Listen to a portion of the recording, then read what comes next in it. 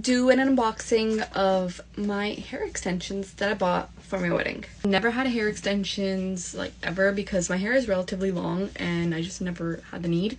But for my wedding I want like a little bit more thickness and all that, so I ordered from Bombay Hair, and for reference I got 22-inch off black extensions. So it comes in this pouch, says Bombay Hair. Oh my god, it's like all in a hairnet. So I guess these are the smaller clips and the bigger ones. This is the hair. It's so soft. Oh my god, this is so weird. I've never bought extensions. It's literally soft. It's like softer than my hair. I'm not gonna open it just because I'm not using it right now, but so say it's clipped in here. It's pretty much my hair length and a tad longer maybe. It's almost the same. I didn't really get it to add length, more volume. But oh my god.